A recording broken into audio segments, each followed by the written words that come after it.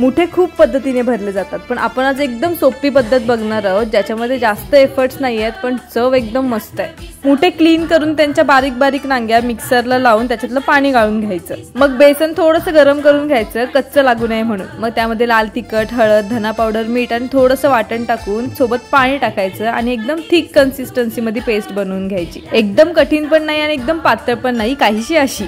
आणि मुठे भरायला सुरुवात करायची। काय असतं ना, पहिला पाऊस पडला की मुठे बाहेर तर निघतात पण ते आतून एवढे भरीव नसतात आणि मग त्यात काही खायला मिळत नाही, म्हणून ही रेसिपी इन्व्हेंट झालेली असावी। तुम्ही कोणत्या पद्धतीने मुठे भरता हे मला कमेंट सेक्शन मध्ये नक्की सांगा, मी ती रेसिपी पण ट्राय करेन। आता टेचलेली लसूण, कांदा, टोमॅटो त्यासोबत वाटण, आपला घरचा मसाला, हळद आणि मीठ एवढं फोडणीला घालायचं, थोडं भाजून मग त्यामध्ये मुठे सोडून द्यायचे आणि मग पाणी टाकून रश्याला उकळी आली की भरलेल्या कवट्या टाकायच्या।